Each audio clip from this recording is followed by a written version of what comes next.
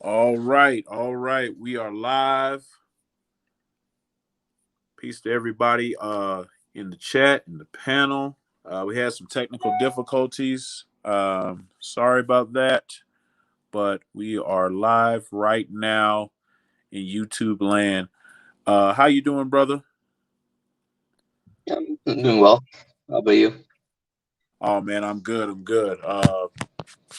Glad to have you on the show. Let me just make sure that everything is broadcasting to where it's broadcasting correctly, and we can jump right into the show. Where you at these days, man? Me, I'm Central Florida right now. Central Florida. Okay, okay, okay. In Orlando. Oh, you where the weather is nice. The weather is good. Yeah, that's outside right now. That's good, man. It's good. Okay, everything seems to be broadcasting to the right place. We had to switch YouTube channels. Typically we'd be on the Mossy, but there is some difficulties going on with our account, which we have to appeal to YouTube about, but it should be resolved within the week. But we had this backup plan, so I always got a backup plan to get young brothers on the show. So I know y'all probably looking at this like this ain't Kofi, but surprise, Black Panther is taking over today. And for those watching on my YouTube channel, I appreciate it. As y'all know, I like to bring qualified people on the show to have meaningful conversations pertaining to the African phenomenon. So today we got brother Dwayne Wong-Omowale, Pan-Africanist, author of several books. I'm quite jealous because I'm still working on mine. But we got a brother that's well versed in African phenomenon today, and this is going to be a good show. It's definitely going to be a good show. I'm excited about having this brother on. Been watching you on Facebook, and meaningful conversations, meaningful information is being passed. So give us a little introduction, brother, your background and things of that nature.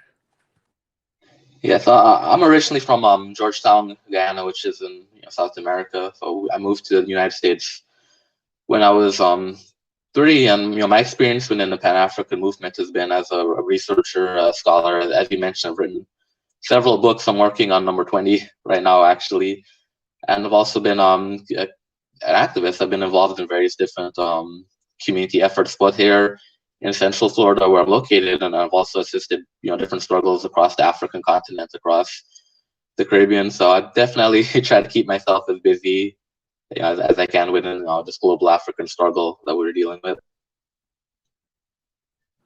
Awesome, man. When you're putting in a lot of work, I mean, book number 20, man. We got 19 books as a group. This brother got 20 books on his own. Man, that's some serious work, man. And we appreciate and applaud you for those efforts. So I have to ask this question: why Pan-Africanism? Well, as I said before, I was born in Guyana, so I think that kind of gave me a unique perspective on the importance of Pan-Africanism, because coming from a country like Guyana that had a history of African people being enslaved, then after slavery there was a struggle against British colonialism, and then colonialism ended, and for the last 5 decades, Africans in Guyana have still been struggling against neocolonialism and against different forms of oppression that have persisted even though colonialism has ended. So I was born into that environment, and then moving to the United States, I started seeing some parallels between the struggle against slavery in Guyana and the rest of the Caribbean, and the struggle against slavery in the United States. I saw parallels between the anti-colonial struggle and the civil rights movement.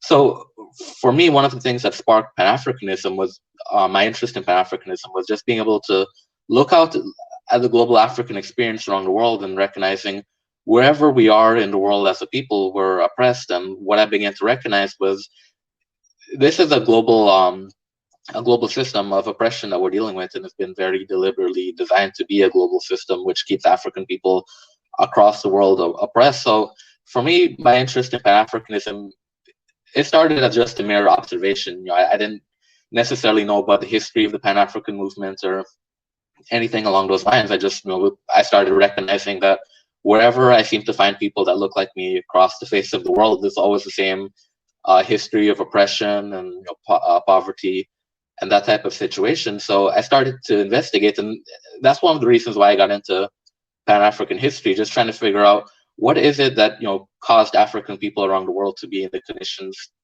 that we're in. I think a lot of us who aren't familiar with this history tend to internalize certain racial stereotypes with African people about how we're a backwards people, we're inferior people, and some people even try to put like a religious spin on it, like Black people have been cursed by God or some kind of creator figure to be in this inferior position. And to me, I just started researching to find out why it really is that we've been in this situation. And I know from my my historical research, and I've written about this, it's not that we are an inferior people. It's not that we've been cursed to be oppressed or subjugated, because when you look at our history before colonialism, we produced some of the greatest civilizations in human history. So to me, Pan-Africanism, it started out, as I said, that observation and just trying to figure out why it is that African people around the world are in the conditions that we're in. And I'll add, secondarily, when I really started getting involved in Pan-Africanism, both as a researcher and as an activist, the other thing that I realized is that at its core, Pan-Africanism, it really is about family. When you think about what's been done to us as an African people in terms of the slave trade ripping millions of people from the African continent and dispersing them throughout the Americas, and then you think about what life was like on the slave plantations, with families being broken up, children being taken from the moms and sold to different plantations. And then when you look at what they did to the African continent in terms of going there and drawing up borders, and it created a situation where you might have members of the same family on two different sides of the same border. So as I got more engaged and involved in Pan-Africanism, I started realizing Pan-Africanism isn't only necessary as a political and economic and social movement to address the global oppression of African people. I think on a deeper level, it really is a movement about reconnecting the African family and reconnecting with those bonds that were deliberately destroyed during slavery and colonialism. Absolutely. That's just I like that you talked about, wanting to be a part of, or seeing an injustice, but not knowing the full, picture of the ins and out, but still wanting to be, a part of the solution. And then through your studies, that's what led you to Pan-Africanism. And that's something, that a lot of people, I think they can, identify with, because most of us don't grow up in Pan-African families. We don't have that in-home training. But those of us that have chosen this as a ideology, now we have that responsibility. We have that responsibility for our children and our families and our offspring, to teach them so they won't come up the hard way like we have. Expose them to different things, and ultimately they'll make the choice for themselves. But they can't say they weren't exposed. They didn't have that experience. We have to provide that experience for them. So I definitely that resonated with me when you talked about that. Tell me, who are some of your influences in the Pan-Africanism movement? Yeah. Well, I'll add very quickly. I mean, when you talk about being exposed, and what was interesting about my situation is I was exposed to Pan-Africanism subconsciously even before I realized that one of the people who's been a tremendous influence, to me, is Walter Ronnie, who is a scholar and Pan-African activist from Ghana. And I found out when I was 19 that my mom was actually a part of that movement in Ghana, the Walter Ronnie movement, when she was a child. So it was interesting to me as I got into Pan-Africanism and just conversations I had with my mom, and realizing that she was part of the Pan-African struggle that was going on in Ghana at the time. So I'd have to say that she was an influence, even though I didn't necessarily get a conscious understanding of Pan-Africanism from her, because she wasn't really conscious of the struggle she was engaged in as well. So definitely get that influence from my household. Yeah, as I mentioned, Walter Rodney has been an influence, particularly as a scholar activist, because one thing that I admire about Walter Rodney was he was a very prolific scholar, but his scholarship was always connected to the grassroots struggle of African people, and he had no patience with academics who were completely removed from the struggle. I mean, we still have this issue now where a lot of our academics, they're removed from the struggle, so they write books and give lectures and engage in those intellectual activities. But what I learned from Walter Rodney was the importance of really engaging in the struggle and using your scholarship to advance the African liberation struggle. Malcolm X, he was, I would credit Malcolm X really with my introduction to Pan-Africanism. The first time I ever heard about Pan-Africanism was through reading some of Malcolm X's speeches. So, he's been an influence. I mean, there's so many people that have influenced me that it's very difficult to really name them all now on the spot, because I would also have to mention John Henry Clark. John Henry Clark was probably the biggest influence for me in terms of why I became a scholar and a historian of African history. Marcus Garvey, that definitely been a big influence. So those are some of the names that come to my head. But like I said, I've written 20 books, and during the course of doing the research for those books, I've just come across so many great men and women throughout their history that have been an influence to me in many ways. And to me, that's been the most rewarding aspect of the research and the scholarship that I do, is to be able to discover these ancestors and to be able to connect with the legacies and the struggles that they were engaged in. And it's also that feeling of realizing that these aren't just ancestors who struggled and died for our liberation, but they're alive with us today. And I think it's our responsibility to continue the legacies of these people. Absolutely. So two things that I just learned that we have in common. I want to first say, if you guys don't know who Walter Rodney is, go pick up the book, How Europe Underdeveloped Africa. It's a great text. But what I learned about you just now is we both have a figure in the Pan-African movement that affected our parents. And I didn't know this for years either, but I was born in California. My mother was an educator. My mother is a teacher. She's a speech pathologist, to be exact. Apparently, there was a time in California where it was really hard for teachers to get jobs. We're from the SoCal area, LA area. So Asa Hilliard was the one who told my mother to move down south where the jobs were. And I didn't know this until probably I was about 25, 26 when I was reading a book by Asa Hilliard. And, she asked me what I was reading. I told her what I was reading. She said, I sure do miss him. I said, what do you mean you miss him? You never told me you knew Asa Hilliard.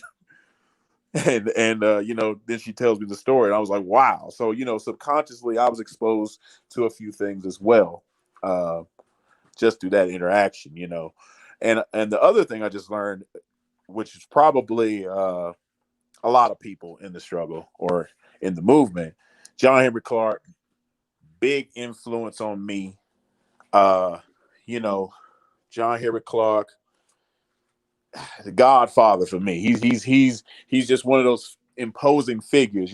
Doesn't get loud, doesn't get amped up like some of our other scholars, but cool, calm delivery, and just daggers, just spears, just he's in my mind, him and Sheikh Anta Diop, like epitome of scholarship when I think about them. You know what I'm saying? Those are two guys that come to mind that I'm like, these guys are polished. They're pros at what they do. So I definitely concur with what you're saying there. I see some people in the chat speaking some of my father's language, speaking some Wolof, Nangadef, Nag, Naim Def, Jamninga, Fayani. So, I got to speak some to my folks, to my Imboka, my family. Appreciate you all for coming out. Like, share, subscribe to the channel.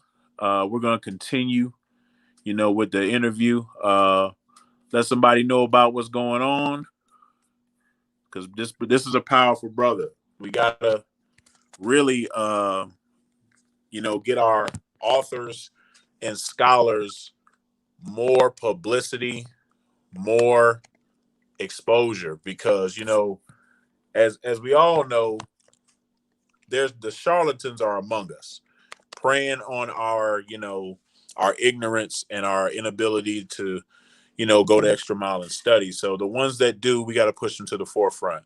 And this is why I do interviews with qualified people.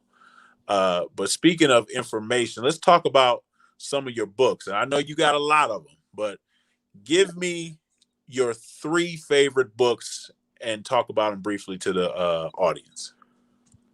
Three favorites. I I don't know off the top of my head one that I would definitely say would be up there and actually have it right here. Four Must Go, and the reason why this one is particularly special to me is that most of what I've written is from a historical context.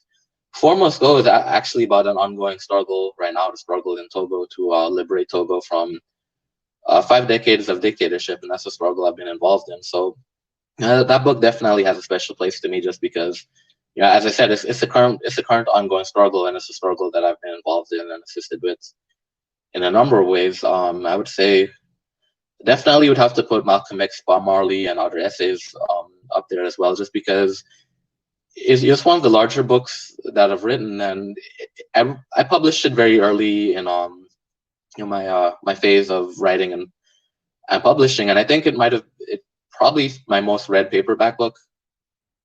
And to me, that book really sums up what I tried to do as a Pan African researcher, because that book, it covers so many different topics throughout the African diaspora and throughout the African continent, in terms of just the different struggles that we've engaged in and the different people that have contributed. So in that book, I have essays on Malcolm X, Kwame Nkrumah, Bob Marley, and the Rastafari movement in the Caribbean. There's an essay in there as well on the Black Power movement in Trinidad when Eric Williams was Prime Minister of Trinidad, and that essay really it covers the fact that even though Trinidad became independent from British colonialism, the colonial system was still in place. And what that Black Power movement was about was Black people in Trinidad recognizing that even though we have political independence, we're not truly independent. So that was a whole movement to try to liberate Trinidad and really implement a meaningful independence. So I'm gonna have to think really hard here what the number three book that would be on that list, but I don't know. I would probably say the political intellectual legacy of Walter Rodney, just because, as I said, I have a very personal connection with Walter Rodney. So the book is meaningful to me on that level. That, as I said, my mom was part of that movement in Guyana. So there's a personal connection, but also that book is meaningful to me in the level that Walter Rodney, considering how profound his impact has been on the Pan African struggle, I don't think he gets nearly the amount of attention that he deserves. So for me, the inspiration for writing that book was just to put together a comprehensive view of who Walter Rodney was and what his contributions to both our political struggle and the intellectual struggle that we are engaged in as a people were. Absolutely. You got to give people their flowers, while they're here. Walter Rodney has been, putting in a lot of work. So it's great that you gave a text to, explore some of his intellectual, accomplishments and his point of view. I don't know if he's aware of the book or not, but I'm sure if he's been made aware, I'm sure he appreciates it, because even though we're writers, we're scholars, people are going to write about us as well. I tell people, when you become a writer, you become amongst what I call the immortals, because people can look at your information thousands of years later and say, oh, this is what Brother Omowale Wong was talking about. Oh, this is his point of view to our struggle. This is what he was trying to say about Togo, and that's something that doesn't go away. We've been talking about the Egyptians. They've been gone for 5,000 plus years. We've been talking about these other African cultures, the Nsibi script, the Vai script, all of these writing systems, and they were established so long ago. So it's no different with us today. We're still talking about John Henry Clark, Dr. Ben, Chancellor Williams, John G. Jackson. The list goes on and on. Our great giants who put out material, they're going to live forever through our hearts and minds and our reading about them. So when you become that author, you become a part of an exclusive club, and that's what I call basically the showcase of the immortals, because long after we're returned from whence we came, it's still going to be, our work's still going to be out there. So, you know, your books are amazing. I salute you on that. And I'm glad that you didn't mention certain books, because I'm going to ask you about those later. But quickly, tell the people where they can get your material. All of my material is available on Amazon, both as paperback, and I have different Kindle, what they call Kindle singles. So those are short essays. Some of them are 20 to 30 pages that can be downloaded on Kindle, but yeah, everything is available on Amazon. I think Barnes and Noble as well. I have to go back and double check, but I think Barnes and Noble also they sell all of my paperbacks online. Absolutely, absolutely. So y'all go support the brother on Amazon, and pick up some topics that interest you. He got 20 books. I know something gonna interest you. Pick up something. Support Black authors. Um, in your eyes, who are some of our best leaders to come out of Africa? Were you talking about the post-colonial period? Correct. Okay, so definitely I would have to put Thomas Sankara as number one, and I've written a chapter on him in one of my books. I think just what he was able to accomplish within 4 years in terms of getting his country more towards self reliance and self sufficiency, producing and growing their own food, clothing. I remember he used to brag about how all the clothing that he wore was produced in Burkina Faso, and I think that's especially important because something that Africa has really struggled with after independence has been self-reliance and self-sufficiency. And when you look at just the resources that Africa has, there's no reason why any African country should be as dependent as they have been. So I think he's definitely number one to me for that reason and for many other reasons. Kwame Nkrumah as well. I think he definitely would have to be up there just because his vision and his passion for African liberation and unity is so powerful that I think Kwame Nkrumah was really, he really set the standard for what we look for in terms of African leaders. And I know, for me as a scholar and a researcher, I certainly look to Nkrumah as a standard, not only in terms of, his vision for Pan-Africanism and his struggle against imperialism and colonialism, but also, I wrote an essay on him, and I also looked at some of his, faults as well. So for me, Nkrumah was that figure who not only had a great vision for Africa, but also he made certain mistakes and errors, which I think are very important to study to improve upon. Because as I mentioned, one of the struggles that Africa is currently engaged in is this issue of dependency and relying on foreign powers to develop our countries. And I think Kwame Nkrumah, that was one of the mistakes he made, trying to rely too much on Britain and America and other colonial powers to come in and develop his nation. So for me, Nkrumah is the standard both for the great things he did and also things that we can learn from in terms of the mistakes he's made. Julius Nyerere, I put him in the same category as well as another leader who had a very great vision for his country, but also made certain errors as well that we should study and learn from. Because when I study certain leaders and write about them, I don't only look at the achievements and the great things they did, but also what were the setbacks, what are the mistakes they made that we can learn from and build from, and also understanding the context of what they were struggling against. Because I think we kind of take it for granted now that Africa's been independent for a while, but when you really think about what it's like to take over a newly independent nation that had been colonized and underdeveloped, how do you go about developing a nation in that context, especially dealing with the pressures of neocolonialism that we know Kwame Nkrumah and other leaders have dealt with. So, I say that to make the point that, as I'm assessing these leaders, I'm very well aware that mistakes are going to happen simply because of just the obstacles and the pressures that certain leaders have faced. And I think that's been the struggle that Africa has been dealing with since independence. Is the fact that not only has Africa produced, just very awful leaders in terms of just the corruption and the human rights abuses, and obviously, the government of Togo has been a regime like that. It's been very awful in terms of what it's been doing to the Togolese people, and as I said, that's a struggle I've been involved in. But I don't not only look at African leadership in that context, but also understanding that when Africa became independent, it wasn't African leaders did not have an easy task. And I've written about Patrice Lumumba, who's another African leader that I admire. And when you look at his history, he had no background whatsoever in terms of politics, in terms of managing a country. So that was a situation in the Congo where Lumumba, who had no prior political experience, is now having to take over a country like the Congo, and dealing with tribalism, dealing with colonial underdevelopment, dealing with pressure from Belgium and the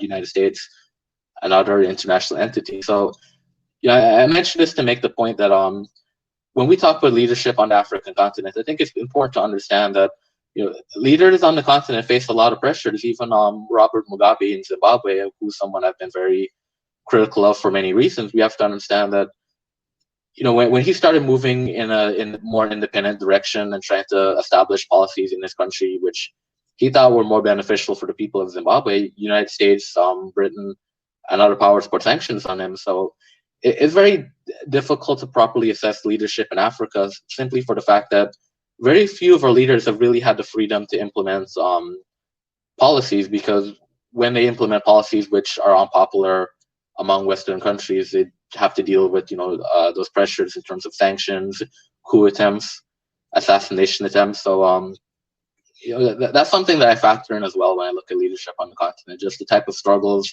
that our leaders have had to endure. So I think, as I said before, I tend to be very critical of African leaders, and try to understand how we can build and learn from the mistakes they've made, but also with an understanding of it's not easy. We still have to deal with these neo-colonial pressures and foreign influences.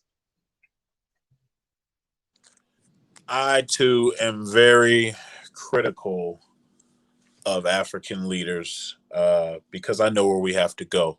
And my father was born in Gambia.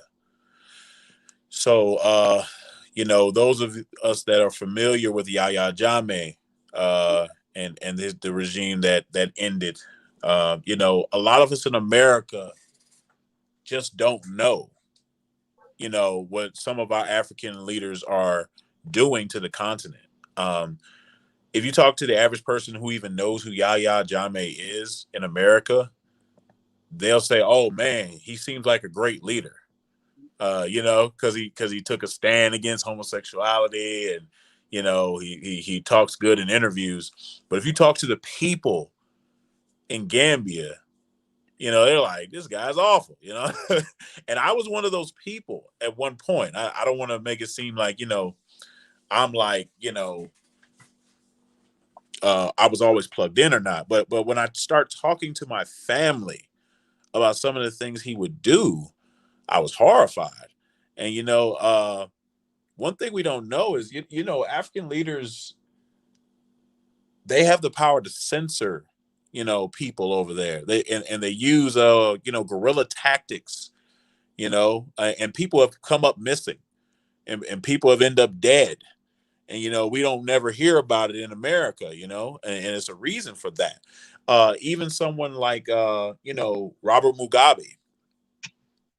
Everybody loves Robert Mugabe because of, he stands up to, the Western powers and everything like that. But we don't really do the history on, the things that, he did for his country, and the things that he's done to other political opponents, and the farms, and it's a whole history that we're just so ignorant to on this side of the water, unless you really, really, really get into their newspapers and their media, and it's just a whole world we're not exposed to. But we got to do that research. So I agree with you there. Very critical of African leaders. Corruption is crippling Africa. It's just that's just what it is. Uh, Corruption is something that we're gonna have to deal with if we ever want to be you know move towards freedom and sovereignty. We have to deal with the corruption. But you named some great leaders. Thomas Sankara, as Brother Kofi just did a presentation about him recently.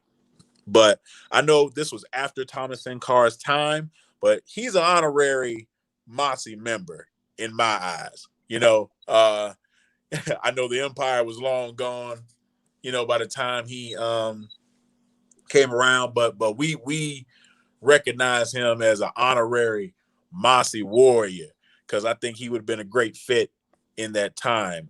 Just with his mindset, he had like a Pan-African mind state, before it was, really cool to say or anything like that. He was like, do for self, let's become self-sufficient. And I appreciate that about him.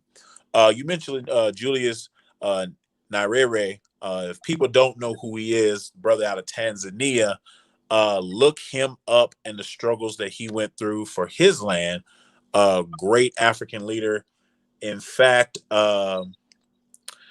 there's something named after him amongst the UNIA in Atlanta.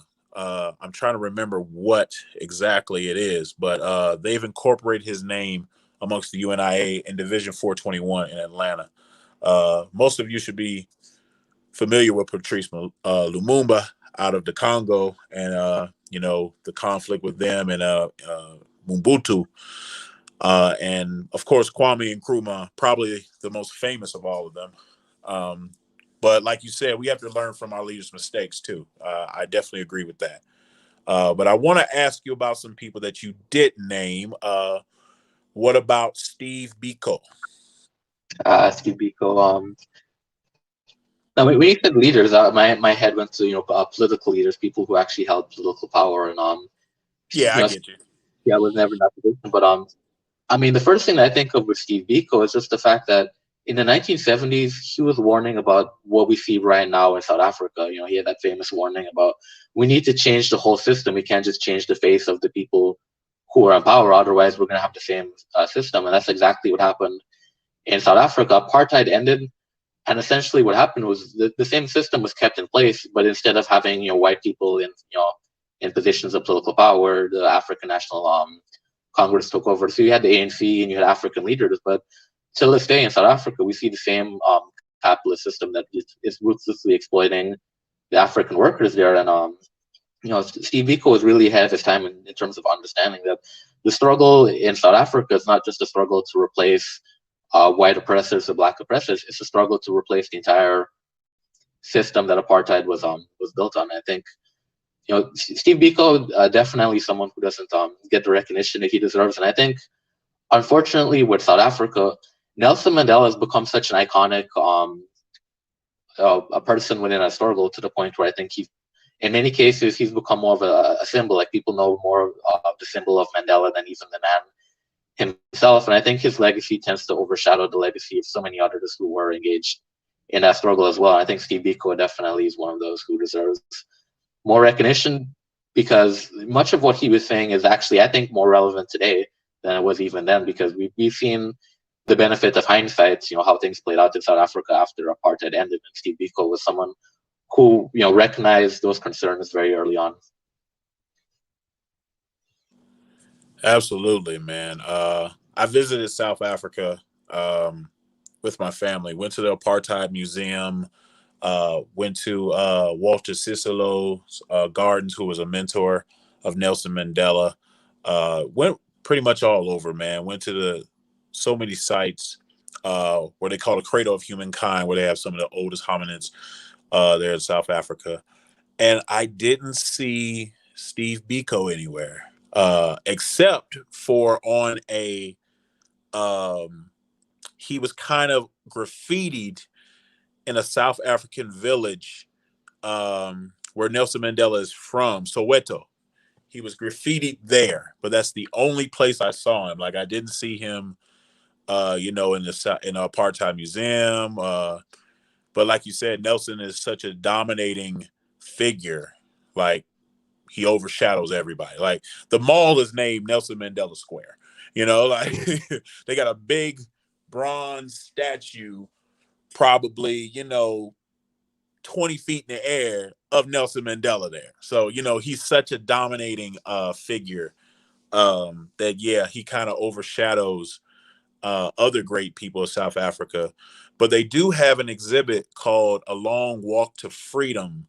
That's a ways out from the city of Johannesburg, that they give homage to basically every single person that fought for freedom from the time before Shaka and up to Nelson Mandela. So you will find a lot of people, and they're all statues. They're all bronze statues.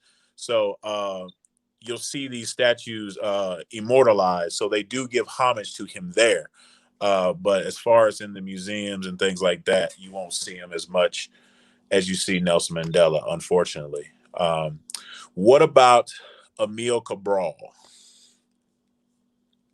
Yeah, he's another one that I think is very underappreciated in terms of just what he was able to accomplish in building an anti-colonial struggle against the Portuguese. And where Cabral really stands out to me is the political theory that he established. His ability to study and understand the history of his people and to incorporate that into the anti-colonial struggle against Portugal. And I think that, and I mentioned that earlier with Walter Rodney, that ability to not only just study history, but also to utilize history in the service of the African liberation struggle. And I think Cabral did that. When you read his writings, he had a very detailed understanding of the history of his people in pre-colonial times. He wrote about and spoke about certain political and social structures in Africa, pre-colonial African society. And I think where Cabral excelled is he was able to recognize in pre-colonial times certain structures and certain traditions which were beneficial to the African struggle. He was able to utilize, but at the same time, he was also very critical of pre-colonial society as well. So certain things that he felt weren't necessarily beneficial to the struggle, he did not incorporate. I think that's important for us now, because we've been robbed of so much of our history, and so much of what we've been given in terms of history has been a distortion. We've been indoctrinated to believe that before Europeans came to civilize us, we were just savages and cannibals wearing rum junkles, wearing loincloths, running after zebras with spears. Like, it's just a very negative image, and I think we need to avoid the tendency of over romanticizing our history in response to that negative image. So one of the things that stands out to me about Cabral is his ability to rehabilitate African history in a way that was useful and not necessarily overly romantic about what had existed prior. And yeah, as I said, I think he's definitely underappreciated in the history of the anti-colonial struggle, and he led for those who don't know, he led one of the armed struggles against the Portuguese in Africa, because Portugal had decided that they weren't going to give up their colonies without a fight, and Cabral was one of those people who led that struggle. And what I would mention about Cabral as well, which I think is very, very important because it really demonstrates the type of commitment that he had to African people, is that he didn't need to be involved in the struggle. He was what the Portuguese had called an assimilated African. He had went to Portugal, had studied in Portugal, had married a Portuguese woman. So he was as assimilated into the Portuguese colonial system as an African could have been. And Cabral could have been content with just being assimilated and trying to live the best life he could under the Portuguese colonial system. But he decided to take up arms and wage a struggle for liberation for his people. And to me, that's always important when I look at history, to find individuals who could have lived a decent life, could have lived a comfortable life, and decided that it wasn't just enough for them to, as an individual, have a comfortable life. They wanted to fight for the liberation of their people, and in many cases it required self-sacrifice. I think that that's something that I always appreciate and admire when I see that in certain historical people who didn't necessarily even need to be involved in the struggle, but did so anyways, just out of a commitment to our people. Absolutely.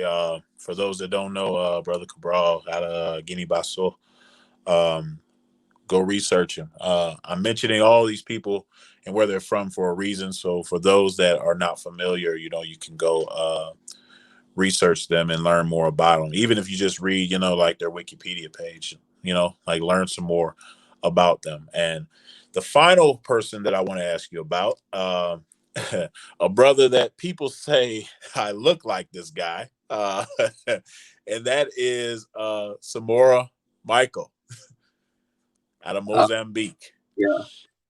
Um, yeah. To be honest, I haven't really studied him as closely because when I think of the struggle in Portuguese colonialism, Cabral is the first one that the main one I think of. But yeah, Samora Yeah. Machel, he definitely was one of the leading figures in the anti-colonial struggle in Portugal and also in the Pan-African struggle on the continent. And part of the reason why it's very difficult for me to really assess who he was as a leader and his legacy, it goes back to the same thing that I was talking about, that when Mozambique became independent, it was very shortly after there was a civil war that broke out in the country that was backed by South Africa and other neo-colonial forces on the continent. So that's a great example of what I was talking about in terms of it's very difficult to really assess his legacy because he didn't have the freedom or the ability to develop his country after colonialism had ended because he was just dealing with so many other external pressure. So yeah, and it's very difficult for me to properly assess his legacy as a leader because there were so many mistakes and issues that were made in Mozambique. But at the same time, I recognize that there wasn't that freedom to really develop Mozambique or to pursue an independent policy just because we're dealing with a civil war that was very destructive to the country. And I don't think Mozambique still up to this day has really fully recovered from that civil war. But Samora Machel definitely stands out as one of the leading anti-colonial figures and Pan-African leaders of his day. Yeah, I mean, the Rhodesian, what they refer to as the Rhodesian Bush War, and then they have the Civil War, and so like you said, he was fighting. They were fighting for a long time, and unfortunately, he died in that plane crash. Yeah, that That a was lot of people, a lot a of lot people of people, feel like assassination, but we don't know. yeah, we don't. A lot of that, and you were going right where I was going. A lot of people think the Portuguese had something to do with that, and they may well could have, but we don't know. We don't have no hard evidence, but it's unfortunate that he passed in that manner. So Kofi said, "That's my brother." They, you know, and I found out that we favor each other by accident. I posted a article about him, and people thought the article was about me. Until they clicked on it and they were like, "Why do you look like him?" I was like, "Do I?" And then I started looking at his pictures. I was like, "Yeah, I see the resemblance." So much peace be upon him. Like I said, Pan Africanism is my family. Yeah, like I guess I don't have any Mozambique connections that I know of, but Right. yeah, hey, maybe migration or something. I don't know. But you're in law school, correct? Yes. So, what are your aspirations in that field? You want to be a lawyer, a judge, or? You know, I'm still trying to figure that out because one of the things that being in law school has really opened my eyes to is just how corrupt the judicial system really is, and the fact that a lawyer working within the system really has not much ability to really change the system from the Right. inside. One of the books that I published recently called "Illegally Created People," it deals with the fact that when you look at the struggles of African people, most of the political changes, the legal changes that we've made have actually come through violating, these laws. One of the examples I gave was Harriet Mm-hmm. Tubman, who actually used to go to slave plantations to liberate enslaved Africans, and that was illegal at the time. Or, I mentioned the situation that we spoke about before, in South Africa, how so many of the people who were engaged in the anti-apartheid struggle, including Nelson Mandela, were lawyers, and they came to the conclusion that creating change is not going to be done through the courtroom. Creating change is going to have to be done through political mobilization, armed struggle. So, that's one of the things I've been really dealing with in law school, is just, looking at the structure of the legal system and realizing, one of the ways that a colonial system, an oppressive colonial system, upholds itself is by making resistance illegal. And we spoke about Togo a bit, and I wrote about Togo in that book as well, about how, and then this is true of other African dictatorships, but how in Togo, how certain things become illegal. For example, as you mentioned before, African governments control the press, so they create a situation where if you write anything negative or critical of the government, they can legally go in there and arrest you and throw you in prison and torture you and do all kinds of horrible things, which technically are legal because these are the people who are in power, and once you have power, you dictate what's legal and what's illegal. So law schools really definitely opened my eyes up to just how systemic racism in the United States is, because there's a legal basis for a lot of these things.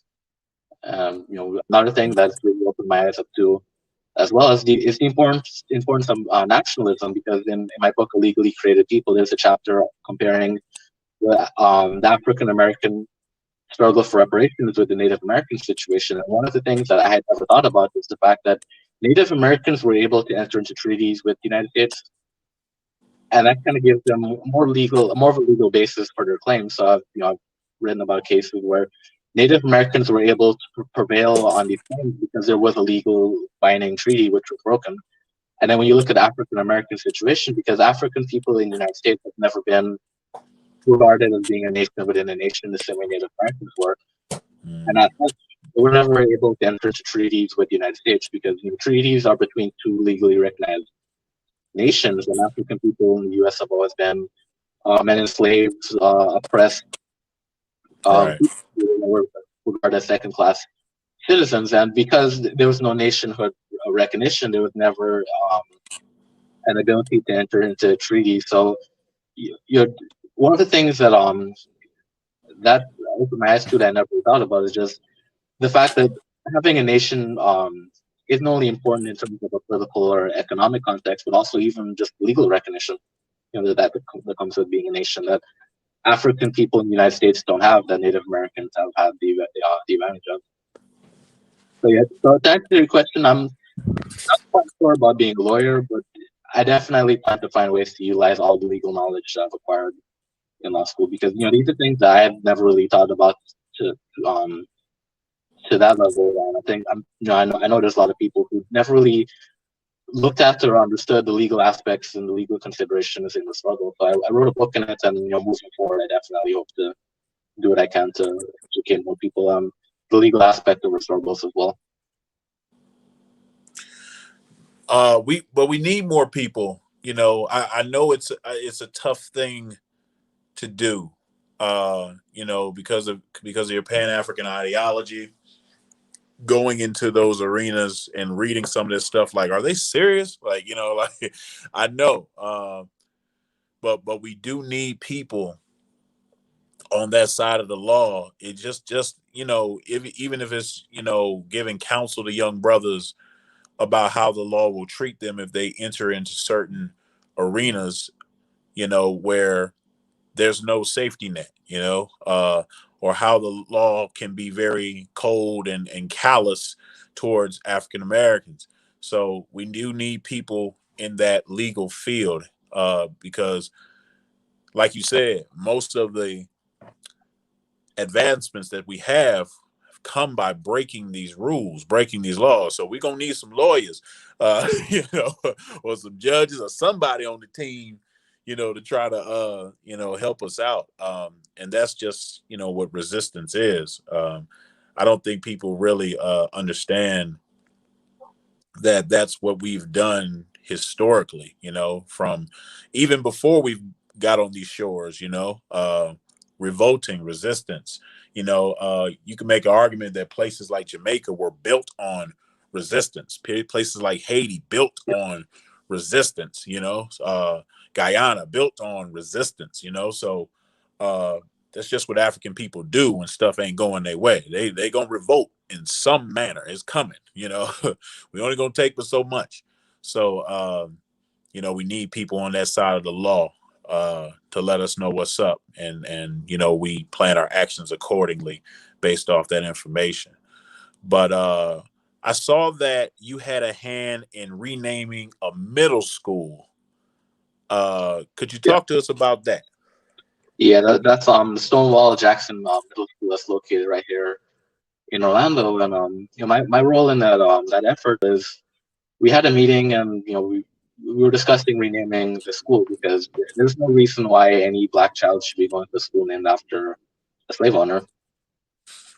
So in the meeting, we came up with the idea to replace the name with Roberto Clemente, who's a famous Puerto Rican baseball player. So I went before the school board and gave a speech presenting why I think the school should be renamed to Roberto Clemente. And um, I'd entered law school shortly after giving the speech, so I wasn't as actively engaged in the movement after. But apparently the speech I gave definitely resonated with those who were still in the effort to rename the school. And as it turns out, the school was renamed, and it was renamed after Roberto Clemente, which was the name I'd selected when I spoke before the school board. That's Uh, awesome, man. That's real effective change. It's crazy. You got to go in front of a board and tell them about how racist a racist was. Like, they yeah, don't know that Stonewall Jackson was a racist. Like, you guys knew that before I came up here, or you should have known that. Same thing with Gandhi, with our brother Obadele Kambone had to deal with in Ghana. Like, why do I have to tell you people how racist this guy was? Like, why don't you know? Why didn't anybody do the research before they named or put this statue, these things here? Like, you can't tell me nobody knew. But yeah, those are our battles to fight. So I understand. yeah, but that was a great experience because I was at the school recently because a mural was painted in honor of Roberto Clemente. So I was able to go there and met two of his sons. I met his grandson. And it was a great experience for me just being on the school and looking at the big mural of Roberto Clemente, thinking that when I went to school, I went to a Catholic school. So when I went to school, all of the images were white Jesus, white Mary, white angels.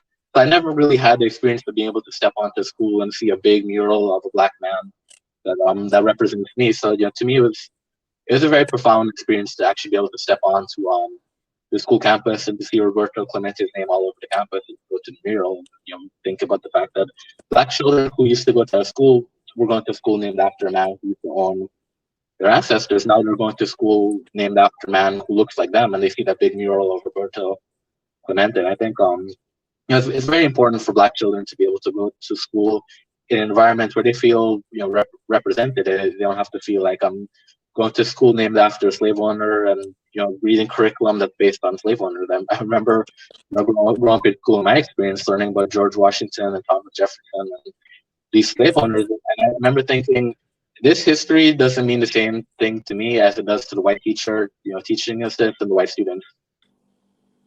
Right. It's the connect is not there. So I definitely understand that. Legendary baseball player Roberto Clemente. Did he die in a plane crash as well? Yeah, he died in a plane crash. Man. Peace to the ancestor. So as far as we study the continent, we study its political, climates and stuff like that. Give me 3 repatriation destinations that you would consider. Really?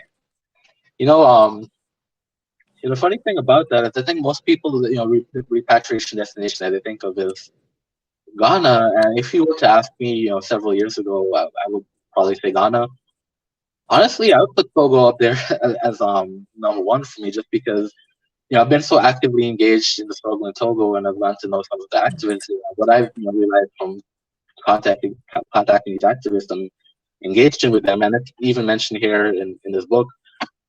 The plans that some of these activists have is that once Togo is liberated from the neo-colonial dictatorship that's there, some of the activists actually want to make Togo a destination, almost like what Haiti was. Haiti became a safe haven for any African in diaspora or anywhere in the world. Haiti had a policy in the constitution that said if you're of African ancestry, regardless of where you're born, you could come to Haiti and be a Haitian citizen. Mm. Some of the brothers and sisters in Togo, they have the same vision for Togo. They want Togo to be a place where, regardless of where you're from in the world, as long as you have African blood, African ancestry, if you come to Togo, you're a Togolese citizen. So I think, for me, that definitely puts Togo number one on the list, just because I've been so involved in the struggle to liberate Togo, and for me, the end vision of what a liberated Togo looks like is a Togo that is a Pan-African hub. It's a place where African people around the world could travel to. Obviously, Togo being a French-speaking country, there's going to be a bit of a language barrier. I don't speak French, but yeah, definitely Togo. Ghana would be up there as well. Number three, I don't know. I would say Nigeria, but the thing about being a Pan African is I get so much love from brothers and sisters on the continent that I've gotten messages from brothers and sisters in Ghana saying I need to come back home and visit Ghana. I need to come back home to Nigeria, Sierra Leone. I was told recently I need to come by and visit Senegal. So repatriation has kind of always been one of those things that I've never really had a singular destination, because I always understood I've yet to visit the continent. I'm hoping to do so this year, but I've always understood that I would be welcome regardless of where I went on the continent, because, like I said, just that connection and that bond between African people, I think, is so strong. So in terms of repatriation, as I said, I've never really sat down and thought about a single destination, but if I had to, I would definitely say Togo, Ghana, and perhaps Nigeria at the top three. I've been to Senegal myself. I had a great time in Senegal, but I will say, and this is probably the case in Togo too, you got to brush up on your Francais. Yeah. Because, man, it's so humbling to be around somebody. I mean, to be in a country that nobody speak English, like, or very few people, speak English. And luckily, my niece lives in Senegal, so she was able to communicate for us. And then we found a tour guide that did speak English when we went to Gorée Island, but that was about it. Everybody else was either Wolof or Francais. So I always take that into account. For me, definitely Ghana, Gambia for me, because they do speak English. I'm gonna say one that people probably haven't thought about, and that's Johannesburg. They do speak English, and it's not as much of a transition for some people because they are very modern. And it's just so educational there as far as, the history, and they don't exactly trash, the spiritual traditions. They have the Lesedi village, they have Sangomas, they have that. So, I think that's a destination more people could be comfortable at. It's a lot in South Africa. I was shocked because I was trying to go to Nigeria, but Nigeria, I was taking my whole family, so it was a bit expensive. So we switched it to Johannesburg like at the last minute, and man, it was a wonderful, wonderful trip. They got a lot of things there. Now, I got to ask you this. Why did you decide to write a book on Pan-Asianism?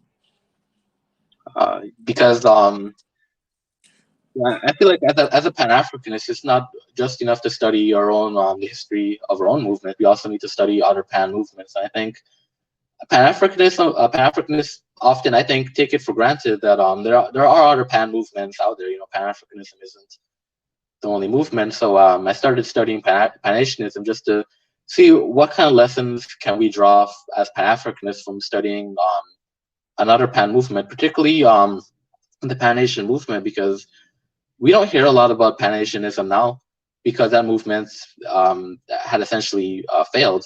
So, for me, studying Pan-Asianism was just a lesson studying why is it that Pan-Asianism failed, and why is it Pan-Africanism as a pan movement has persisted as long as it has? And when I was looking at the history of Pan-Asianism, some of the lessons I drew was, first of all, there was a lot of internal conflict among the Asian countries. Pan-Asianism was a response to Western imperialism in Asia. Asian countries recognized that they needed to unify to resist Western imperialism, but beyond that, there was really no basis for these countries to unite. They understood that they shared a common enemy, but there was no shared interest. And Pan-Asianism took place during the era of the world wars, and as we know, Japan had aspirations to be an imperial power of its own during World War. One of the things that Japan did was actually, annexed Korea, had annexed part of China. So Japan had aspirations to be an imperial power as well, and that created a lot of friction within the Pan-Asian movement, because Pan-Asianism for Japan was a justification for Japanese imperialism. It was a vision of, we want a united Asia, but it was united Asia under Japanese domination. And obviously, Koreans and Chinese and other people who were subjected to Japanese imperialism had felt differently. So when I was looking at that, it made me understand the importance of building a pan movement that doesn't place one group or the interest of one group above another. And the other thing that I thought about as well, and I mentioned this before about Pan-Africanism actually being rooted in family. As I said, when you look at the history of African people, we're one people that have been scattered throughout the world. We've been separated by colonial borders and those kind of things. And when you look at Asia, Asia never really went through that same history of being scattered and having borders drawn up. So a lot of the Asian countries still held on to those national identities. The Chinese were still very nationalistic, Japanese were still very nationalistic. And what studying Pan-Asianism made me realize is that as African people, we really can't be nationalistic, because, as I said, I was born in Ghana. The reason why I was born there is because my ancestors were taken from Africa, dropped off in Ghana, and Ghana was colonized by the British. So I was born in the former British Ghana, which was different than Dutch Ghana and French Ghana, which were Dutch and French colonies. So some Africans were taken to Jamaica, some were taken to Haiti, some were taken to Brazil or the US. And then when you look at the African continent and you just look at all the borders that have been drawn up. So when we talk about African nations today, we're not really talking about African nations that were the products of Africa's own political and social development. We're talking about things that were created by colonialism. So when I looked at Pan-Asianism and I compared it to Pan-Africanism, one of the things that I realized is that Asians are still nationalistic, because those were nations that Asian people themselves had created to some extent. China was the creation of China was a whole historical process that involved various different ethnic groups being incorporated into what we think of as China, but it was not something that was imposed on Chinese people by outsiders. And when you look at African people and just the nationalities that we claim, most of these nationalities were things that have been imposed on us. And studying Pan-Asianism made me realize that how African people think about nationality and nationalism is very different from other groups. And I think that's one of the elements that's made Pan-Africanism a much stronger movement than Pan-Asianism, and it's made it so long-lasting, to the point where, as I said, Pan-Asianism, I don't really see much talk about Pan-Asianism. It's certainly not a priority among the leaders of Asia. And then Pan-Africanism, the pulse of Pan-Africanism is so strong that even though I don't think most African leaders on the continent are serious about Pan-Africanism, we still have institutions such as the African Union, or even regional institutions such as ECOWAS, which demonstrate that African leaders, even if it's lip service, they still recognize that African unification is important enough that they're willing to pay lip service to this unification. And we see it even in the diaspora. A lot of Caribbean countries over the last few years have been making more of an effort to connect with Africa. So I don't think the Pan-African movement is as strong as it could be or as it should be. But one of the things I took away from studying Pan-Asianism is just the fact that Pan-Africanism has really been such a strong force in the lives of African people. It's not only a political force, it's been a social, economic force. And the same can be said for Pan-Asianism, because of the different historical struggles that Asian people have had to endure compared to African people.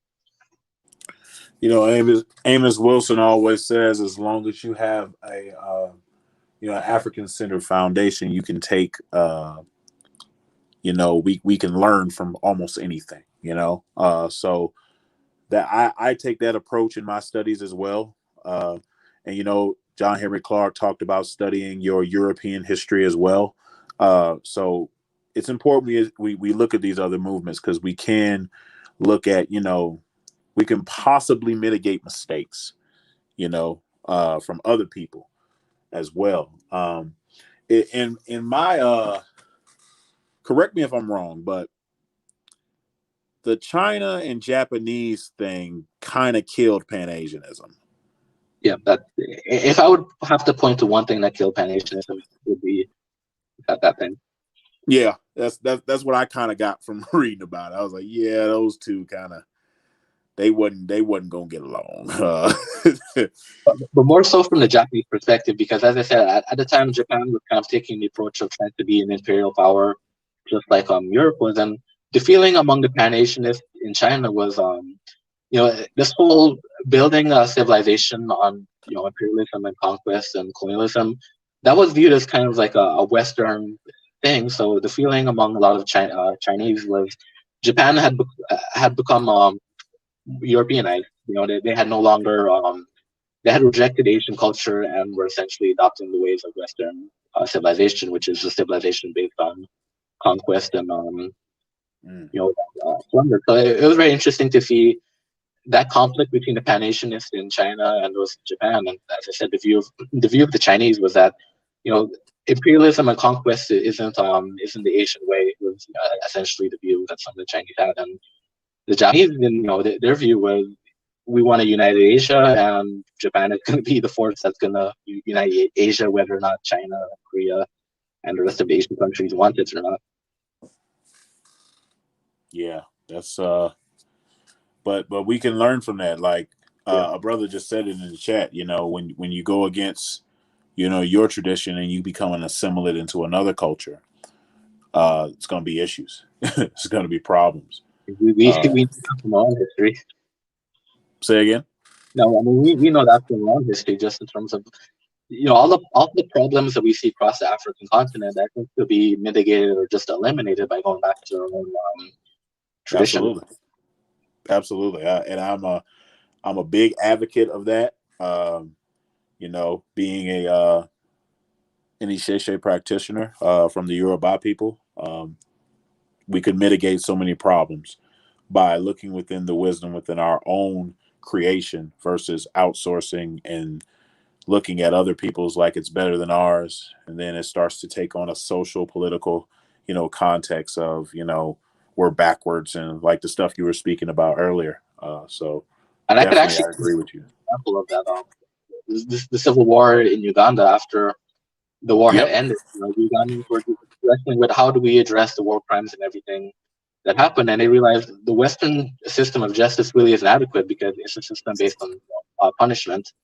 So, what they did in Uganda was adopt a more traditional justice system, which was not so much based on punishment but reconciliation. And they realized after going through such a bloody and destructive civil war, what you needed was reconciliation and rebuilding that sense of community. So, to me, I always use that as an example of how we can apply traditional African practices in a very practical manner to address some of the issues that we're dealing with, because a lot of European concepts really aren't suited for what African people are dealing with.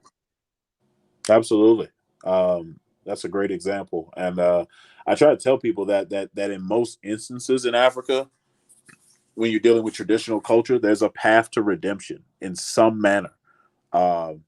It might take time, but that is what I see in a lot of African cultures, that is I won't say never, but in rare instances it's something like final, like there is a path to getting back on the right track, and it's up to those people at that point to walk that path if they want reconciliation.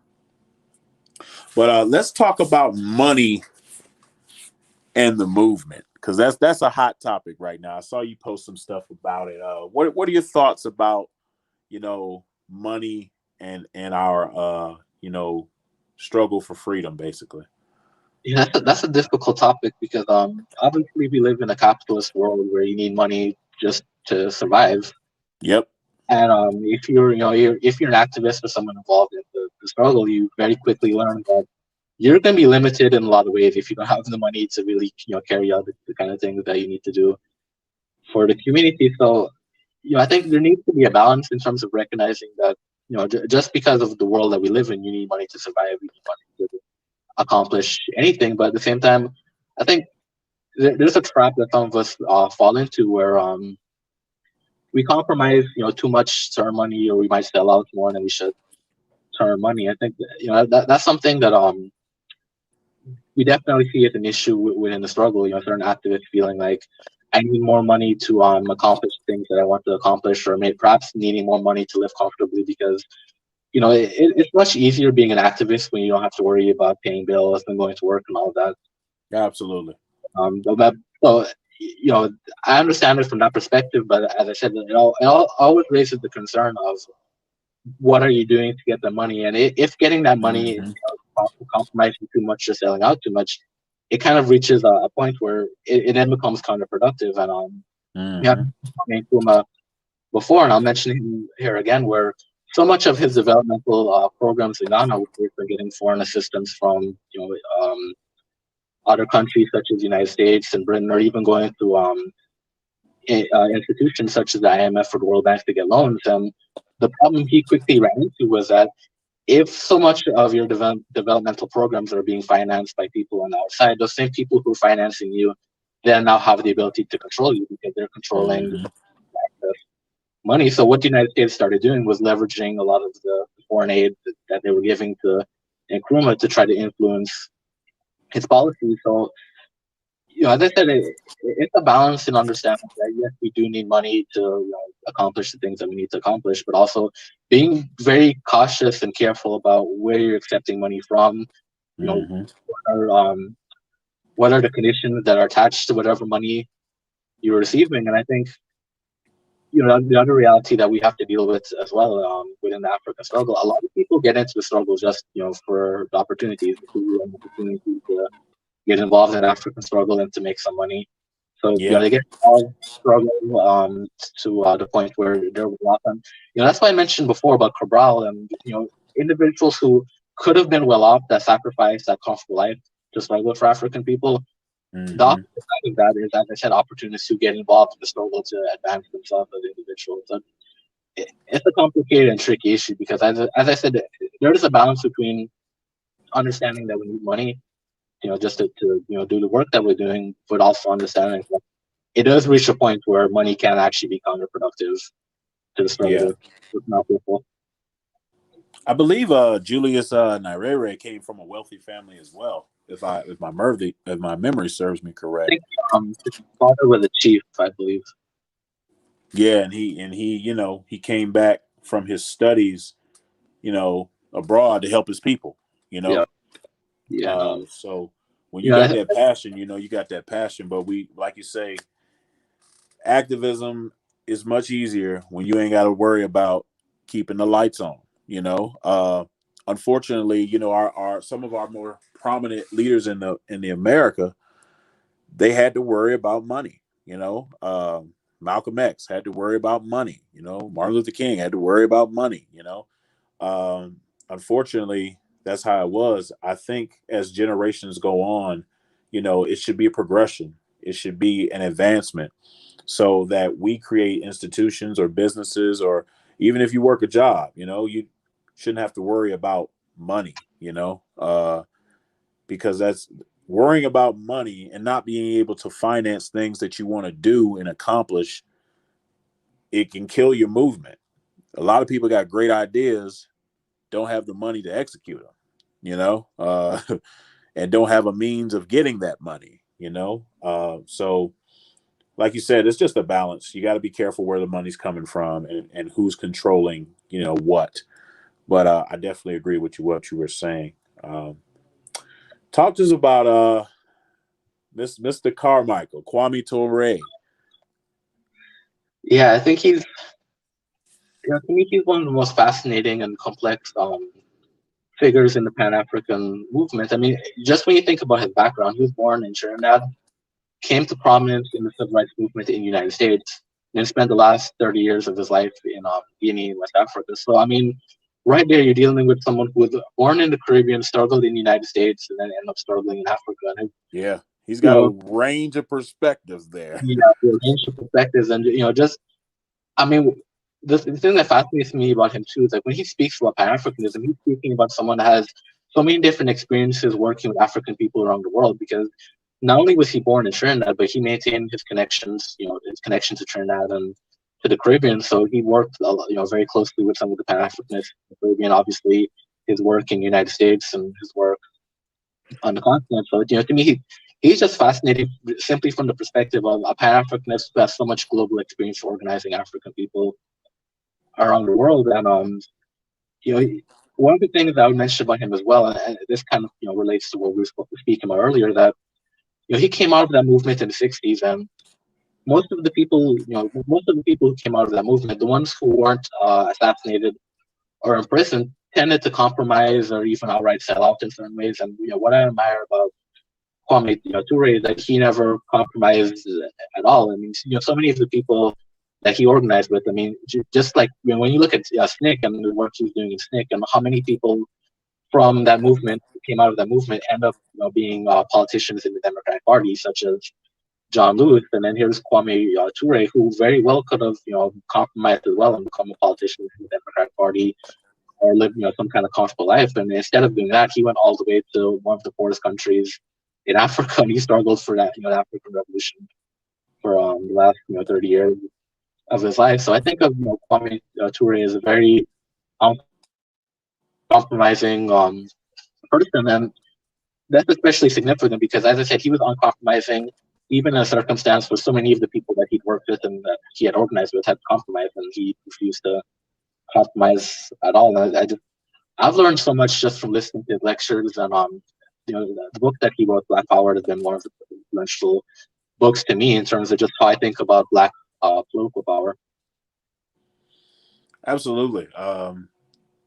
Like you said in the beginning, he's a very very interesting figure. From Trinidad to Harlem, New York, to the Bronx. His works with the Nonviolent Action Group, and then working with SNCC to the Freedom Rides. To Selma and the Montgomery marches. And you get all the way to the COINTELPRO era where he was targeted, the DC riots, and then you get all the way later in his life to the All African People's Revolutionary Party. So you're like, man, like this guy has a lot.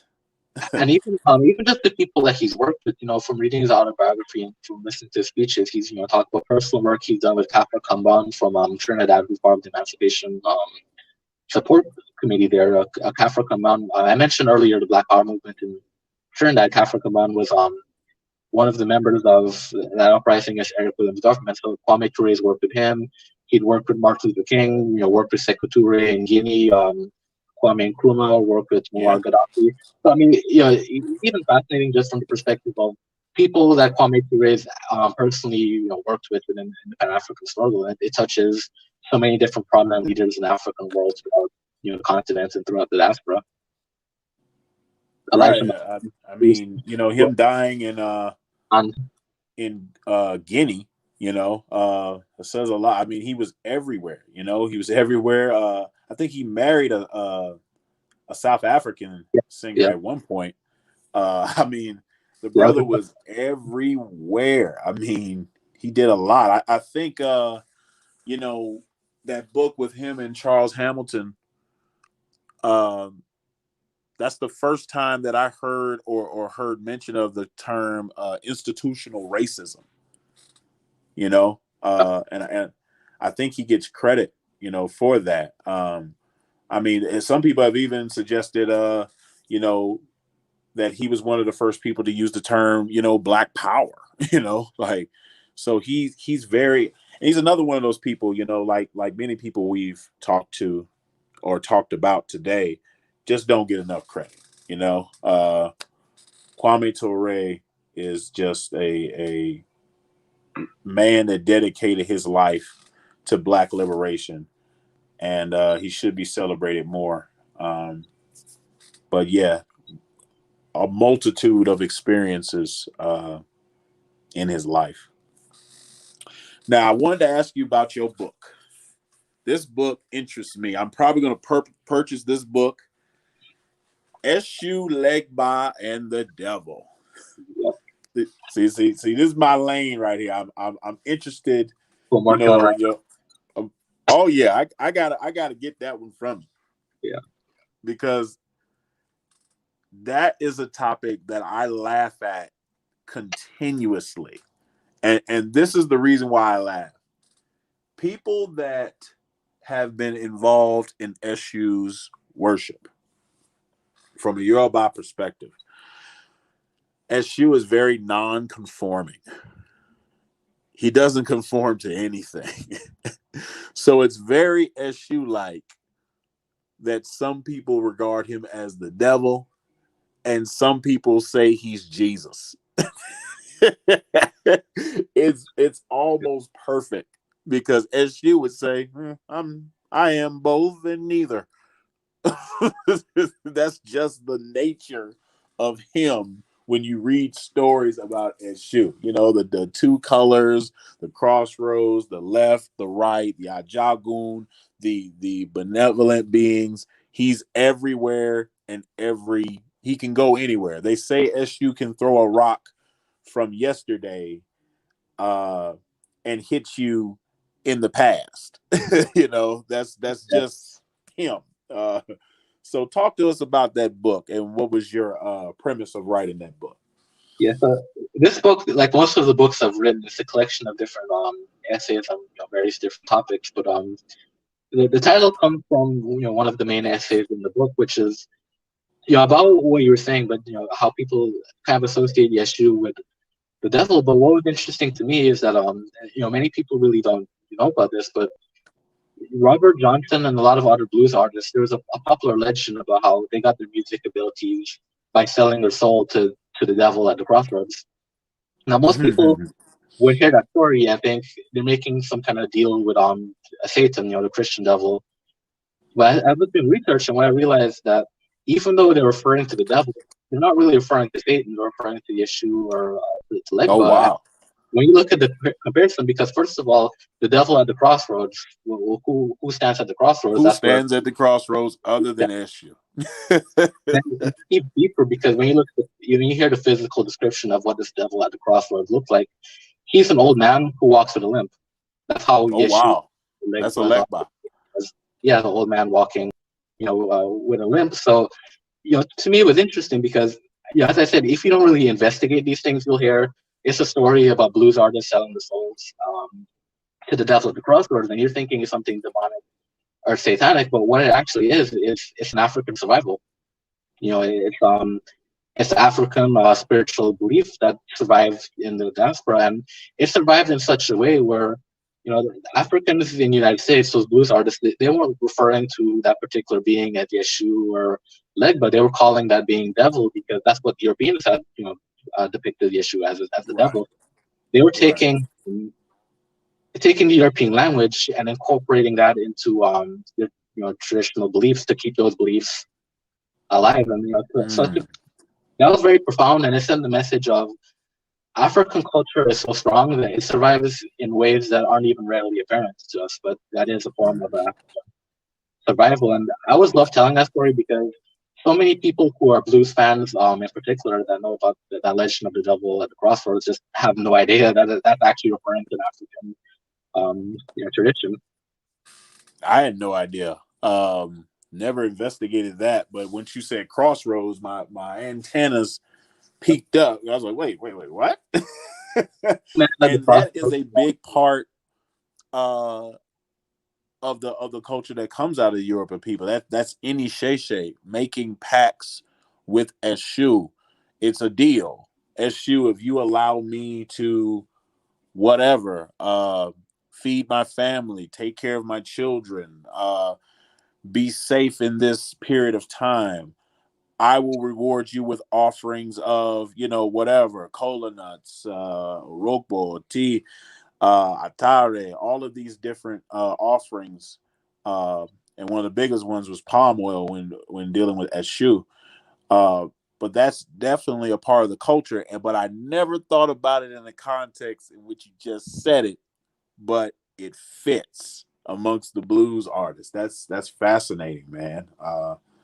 And I'm speaking from just the Yoruba perspective, but we know there are similar deities, in throughout West Africa, these trickster divinities, that carry the attributes of Eshu. You have Elegbara, you have Legba, you have Papa Legba in the Haitian tradition. You have Anansi in Ghana. There's so many different types. I wrote about that too because one of the things I mentioned in the essay, I mentioned, and obviously I mentioned the Brer Rabbit story, which Oh come yeah, from well, oh yeah, and one of the things that fascinated me too is that these trickster characters, they became very important for Africans who were slaves on the plantation because we read about slave rebellions and those things happen, but the reality is that most of the resistance enslaved Africans engaged in was not outright physical rebellion.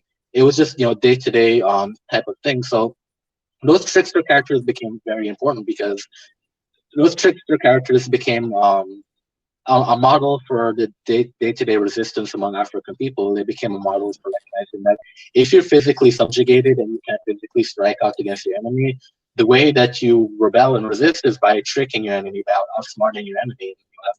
Something that we find enslaved Africans doing, very often on the plantation, engaging in trickery. So I think one of the reasons why these trickster characters, tended to survive and be so prominent in African diaspora culture is that African people on the slave plantations really connected to this, these characters who use their minds to outsmart enemies rather than just, engaging in physical violence. And one of my favorite Anansi stories was he engages in a tug of war contest with an elephant and the whale. And how he does it is he tricks elephant and whale into having a tug of war contest between themselves. And he waits till they tire each other out, and he goes and he brags to each one of them, you know, um, making it seem like he beat them.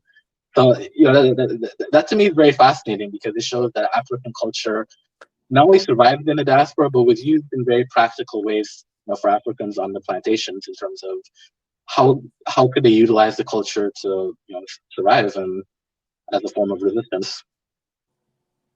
yeah. The trickery, the outsmarting. These divinities are just known for that. So I definitely could see African slaves drawing inspiration and remembering stories, or telling stories to other slaves before rebellions and other things, because that's just the nature of those divinities. What comes to mind is the now canceled series of American Gods. When I don't know if you've seen it, but what is that guy's name? Orlando Jones is playing Anansi, and he appears before the slaves and tells them, what's going to happen to them in the new world and how they need to fight and resist. Um, and he was a key, figure for that in that show. That's why they got rid of him in the third season. They took him out, but that was something that is really not talked about. How much our traditions played in the revolts in America amongst the slaves. Um, and I think that's because of the religious dogma that we adopted as being assimilants into Christian and Islam and other faiths. But it's undeniable when you start to look at these archaeological digs and then finding divination tools and beads and all of these African motifs that suggest cultures from back home. Uh, as Amos Wilson likes to remind people in many of his lectures, Africans didn't come here as Christians. So it's just something to where, when you do that research, you'll find so many deities that were trying to be, kept alive by our ancestors. You see the cosmograms drawn in holes like in churches that come from the Congo. You see the bones and the cowrie shells and other tools of divination in Virginia and other places that were housing slaves. And I actually have a section about this in my book, so I don't want to give too much away. But the traditions of Africa, our community of memory, was preserved, sometimes subconsciously and then sometimes purposely, by our ancestors. So it's I'm definitely gonna have to get that book from you to check that out, man. That's a very interesting topic. If anybody has any questions for brother Omowale Wong, please ask him now. If not, we're getting ready to wrap up. I thank everybody for coming out. Thank everybody for watching and participating. Like I said, try to bring qualified people on the show. Check out brother Omowale Wong's books on Amazon. Just type his name in, it'll come up, and support the brother, support Black authors. If you haven't got Spears of the Mossy, volume 1, 2, and 3, support that by the Kofi Piche research team. If you haven't got Killmonger's Corner, the Pan-African Journal for the Conscious Community, produced by myself, volume 1 and 2, support that. Support Black authors as we continue in our struggle to educate African people towards liberation. Speaking of which, brother, it'd be mighty nice. I got an article for you for volume 3, because that's gonna be in the works probably next year. Probably I'll drop one next year. I gotta finish my book next year. I gotta finish my book this year, and I'll probably drop another journal next year, because that's just what I gotta do. I gotta finish my solo book. I don't know if I'm gonna get to 20, but I'm I'm gonna finish this book. Okay, brother Sundiata Ata Nzambi says, "What are your thoughts on hoodoo?" Hoodoo? Yes. Don't really have a whole lot of thoughts. It's not something that I've done a whole lot of research on, but what I can say, and I discovered this through the same research that I was doing to discover what I said about the devil being Yeshu and Legba and the blues. That a lot of blues artists, I know for a fact that the song about hoodoo and incorporated hoodoo traditions into the art form. So to me, when I think of African survivalists, particularly in the United States, I always point to the fact that the blues has a lot of those African traditions, and I think many of us aren't even consciously aware of how African the blues actually is in terms of tradition. So when I think of hoodoo, I think of it as another example of an African tradition that has survived in the United States, and is something that many of us don't even realize is an African tradition. For example, the term mojo. So many people hear that term and know about that term mojo and don't necessarily understand that there's a hoodoo connection behind that word and there's an African connection. So I could speak of hoodoo in terms of it being an African survival and its importance in the blues art form, but beyond that, hoodoo is not something that I've done a whole lot of research on. Yeah, a lot of people don't know about the mojo and its African connotations. We say stuff all the time. We don't really know where they come from. I got to get my mojo back. And people are like, oh, okay, but they don't realize the African connotations of mojo. What are they talking about? And it's not like this is something that's hidden. I think it's even a Wikipedia page on mojo. And it's talking about that medicine bag, that satchel of medicine, which is an African bag that's used in many traditions from voodoo and Isheshe and other things. But we heard it on Austin Powers, we didn't really know what it was. But the gree bags and the root bags and all of that, it gives a new connotation to get your mojo back. Give me my bag back, my bag of medicine back. There's even songs in jazz and in blues, about the hoodoo man, Yeah. running around town, cooking up jive and stuff like that. And, people were just dancing, didn't know really what they were saying, especially in blues and jazz. There's a lot of African um, connotations in those two musical genres and their creation. That's something that I'll go into a little bit in my book that I'm producing, um, and it's got to be talked about because when you talk about music, I always say this: when you talk about music, you're talking about Africans. That's just Yeah. how it goes. So I think we've been going for an hour and 30. We're gonna wrap this up. Thank you all for coming out. Continue to support the Mossy Warrior Clan. Continue to support Kofi Piche TV research team. Continue to support me, your brother Black Panther. I appreciate you all. Until next time, please like, share, subscribe, especially share, so everybody can know about this broadcast.